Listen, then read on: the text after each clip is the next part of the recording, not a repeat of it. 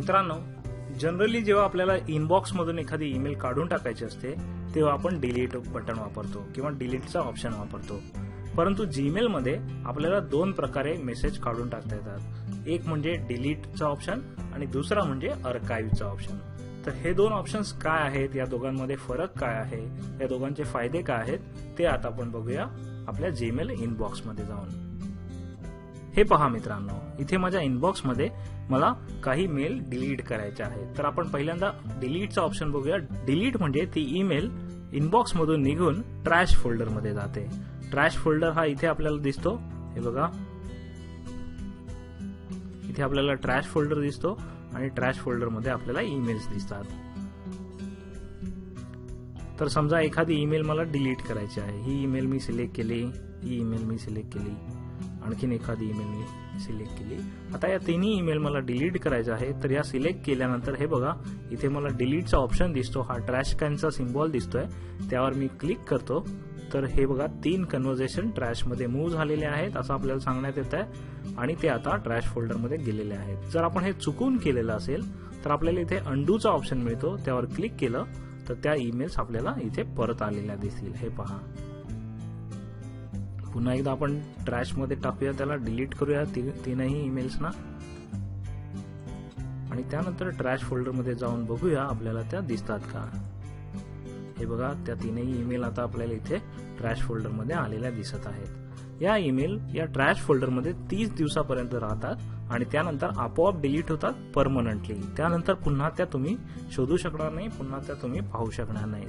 त्यामुळे ट्रॅश मध्ये एखादी ईमेल टाकत असताना नीट विचार करून ती डिलीट करा, किंवा 30 दिवसाचा तुमच्याकडे वेळ आहे, त्यामध्ये तुम्हाला जर वाटलं की ती ईमेल तुम्हाला पुन्हा लागेल तर ती तुम्ही परत देखील घेऊन येऊ शकता. ती परत कशी आणायची ते बघूया. त्यासाठी पुन्हा एकदा ट्रॅश फोल्डर मध्ये जाऊया. ट्रॅश फोल्डर मधली समजा ही ईमेल मला परत पाहिजे, तर मी सिलेक्ट केली आणि या वेळेला इथे फोल्डरच्या ऑप्शन मध्ये जाऊन इनबॉक्सचा ऑप्शन सिलेक्ट केला. तर ही बघा, ही मेल आता इथून निघालेली आहे आणि ही आपल्याला इनबॉक्स मध्ये पाहता येईल. तर अशा प्रकारे आपण ट्रॅशचा ऑप्शन किंवा डिलीटचा ऑप्शन वापरू शकतो. मित्रांनो, हा झाला पहिला ऑप्शन डिलीटचा. आता आपण दुसरा ऑप्शन बघूया. दुसरा ऑप्शन आहे आर्काइव्हचा.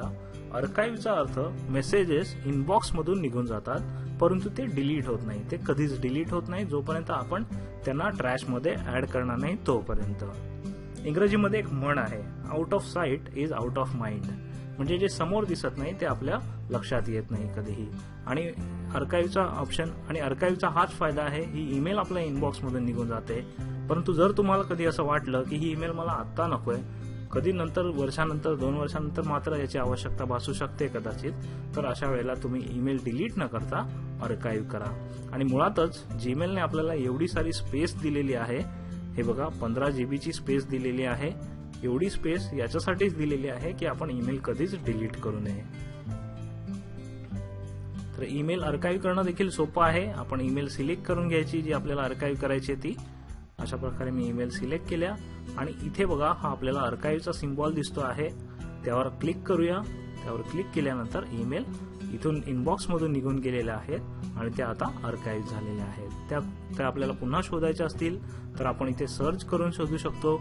ईमेल मध्ये सर्च कसं करायचं याचा एक स्वतंत्र व्हिडिओ मी पुढे बनवणार आहे, त्यामुळे ते मी आता तुम्हाला सांगत नाहीये.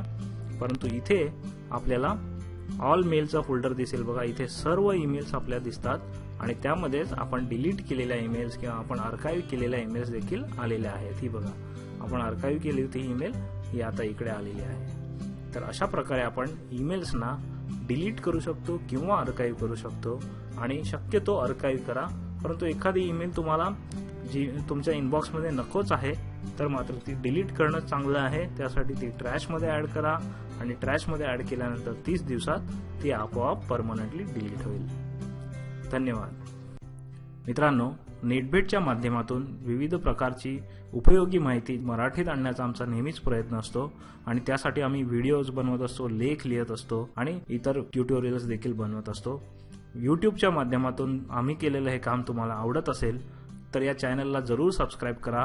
तुमच्या मित्रांना आणि सहकाऱ्यांना या चॅनलबद्दल जरूर माहिती द्या. जय महाराष्ट्र. धन्यवाद.